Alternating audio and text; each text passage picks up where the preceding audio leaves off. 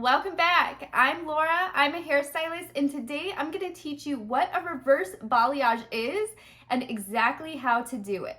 So reverse balayage is very similar to low lighting the hair, except it's not placed in between foils or in foils itself. Low lights are typically taken in smaller sections, and they have the tendency to be a little bit streaky sometimes. Reverse balayage is applied similarly to how balayage is applied, meaning not usually in foils and kind of hand painted on. And it's commonly done when the hair has become over highlighted and you're looking to add a little bit more depth, blend your roots into the rest of your hair, or go a little bit darker overall. Now, before getting started, I highly recommend watching my root smudge tutorial because that is essentially the first step in a reverse balayage. In that video, I cover a lot of common bases, from how to formulate your color, what type of color to use, as well as a lot of other common questions. Now, I did my root smudge maybe close to 2 months ago at this point, and it's still blending really nicely. So I'm actually not going to do a root smudge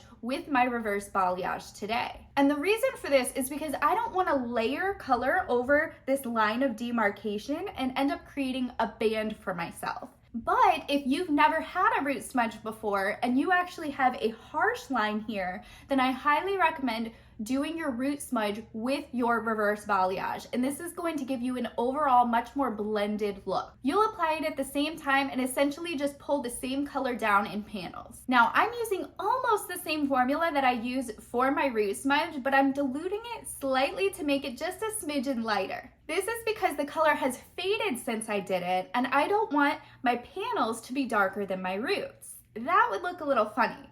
So if you're doing them at the same time, you can use the exact same color, but if you're doing it like a month or two later, I recommend diluting your color slightly just so you don't have darker panels than your roots. Now, as far as the formula goes, as I mentioned in that last video, there are many different things that will work here. So I don't want you getting super attached and stressing out over the exact formula that you should use for your hair. The important thing is that you're using 5 or 6 volume developer. You should never use 10 volume developer for this. And this is because that would shift your natural color, and we do not want to shift our natural color. So you must use a low volume of developer so that we're depositing only here. If you want some examples of what formulas to use, check out that other video. And when I do a reverse balayage, sometimes I use 2 different shades. I'll use a darker shade at the top, and then I'll melt it into a lighter shade at the bottom of the panels. You can also apply that lighter shade on the blonde pieces that you're leaving out or that you want to keep light, though it's not completely necessary. Sometimes I'll just use the one darker color and I'll leave the rest of the hair out and just use purple shampoo. Now, I used Provana's 6.22 for my root smudge. And for the reverse balayage today, I'm gonna use 2/3 of 6.22 and 1/3 of 10.13. This is gonna make the color a level 7-ish. So it's gonna be slightly lighter than the level 6 that I used prior. Now, you may be asking why I'm adding the 10 into the 6 instead of just using a level 7. And the reason? Because it's getting old in my cabinet and it will work. Like I said, there are many different formulas that you can use that will work here, so there's no reason to get super attached to a single formula and getting this just right. And for the lighter color, I'm using 2/3 of Provana's Express Tones Platinum Sand and 1/3 of Provana's Express Tones Pearl. Now, the Platinum Sand deposits to a level 9 when it's processed for 15 minutes. And the pearl deposits to a level 7. So this is gonna give me like an 8, 8.5-ish, which is a slightly lighter color than the 7.5-ish we're using for the other formula. You can do this on wet or dry hair. Dry hair, it's going to be a little bit more solid of a color. Wet hair, it's gonna be a little bit more translucent of a color and have a little bit more blend. I personally find it easier to blend and marry the colors together when it's wet. So I'm gonna go wash and towel dry my hair and then we'll get started applying. All right, so we're going to start off by spraying a leave-in conditioner throughout the hair, and this is going to help even the porosity so that the hair absorbs the color well. It's also going to help detangle the hair and make it easier to comb the color through the hair. Next, we're going to comb the hair into 4 quadrants, either where you regularly part your hair or straight down the middle. And I'm starting in the back of my head. And the reason I'm doing this is because this will process the longest. And sometimes those fine baby hairs around your face have the tendency to suck color up and take a little bit darker. And we don't really want that to happen. So we don't want the color to sit on those front hairs the longest. Next, I want to point out how the first section of hair I brushed towards the back. So the entire perimeter of the head, we are going to leave that the lighter color. We're going to leave that blonde. So I sectioned that piece away, and then I grabbed my next section up that is going to get the dark color. The section's about 1.5 inches wide. Okay, now I'm going to start by applying the darker color right where the blonde begins. Now, notice I'm not putting this over my new growth, my natural color. Since this color is not darker than my roots, there's no reason. But if you are doing your root smudge at the same time, these colors would connect. You would essentially apply the root color all throughout your new growth and pull it down in panels where you want your darker low light. Now we're moving on to our lighter color, and we're applying this about halfway through. You may want to pull the darker color lower in the back of the head and then higher in the front of the head, and then you can marry your lighter color into that darker color and comb it all through so it blends nicely. I recommend wiping your hands off in between sections just to make things cleaner and so you're not getting any color on those blonde pieces that are being left out. Okay, and then you're just going to continue moving your way up the head, going back and forth between light and dark sections. And I do want to reference this chart again because there is going to be a little bit of planning or adjusting as you get to the top of the head. Now, ideally, you don't want to end with the same color at the top of the head because you'll end up with like a dark or a light circle at the top.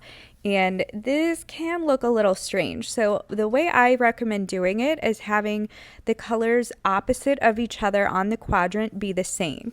This means that for 2 of your panels, you may only have 1 dark low light, and the other 2 you may have 2 dark low lights, or vice versa. Again, this is kind of personal preference. If you are going to have them all be the same at the top section, I would recommend making them all the dark panel, just so the color melts from dark to light on the ends.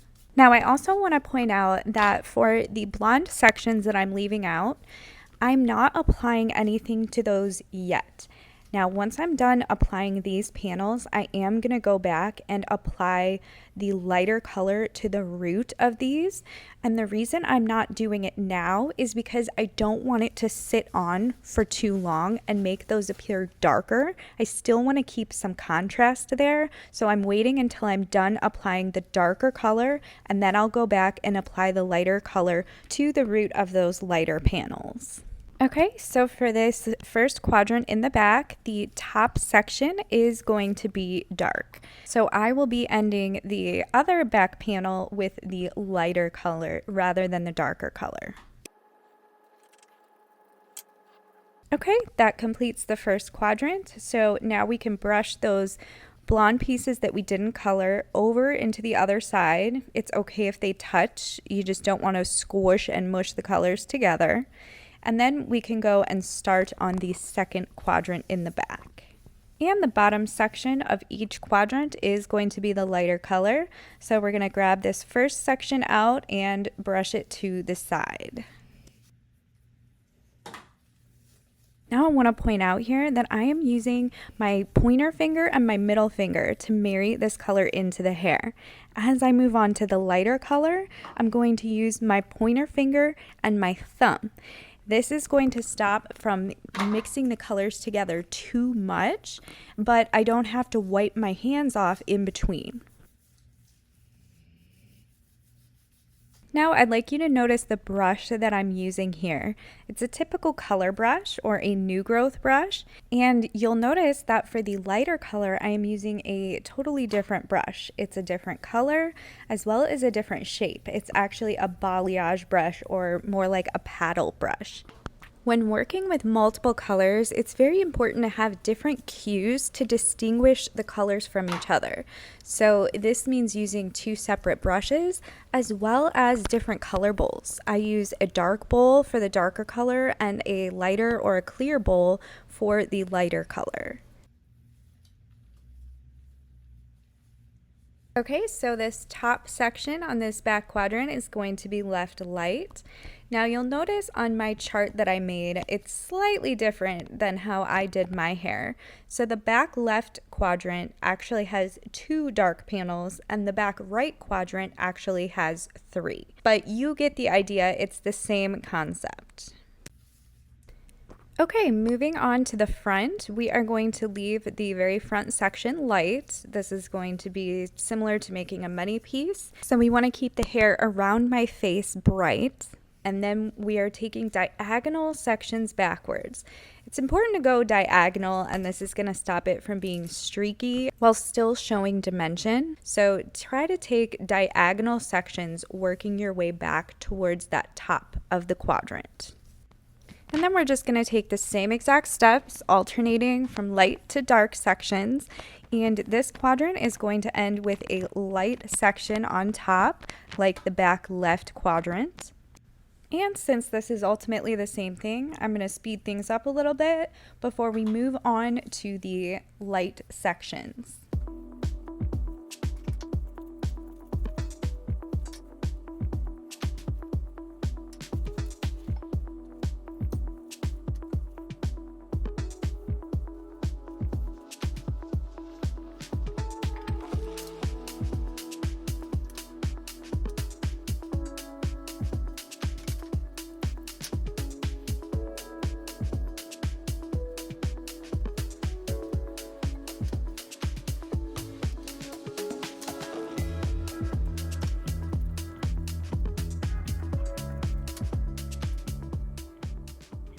Okay, so now I'm going to move on to the lighter sections that we've left out, and I'm taking my lighter color and I'm applying it at the top.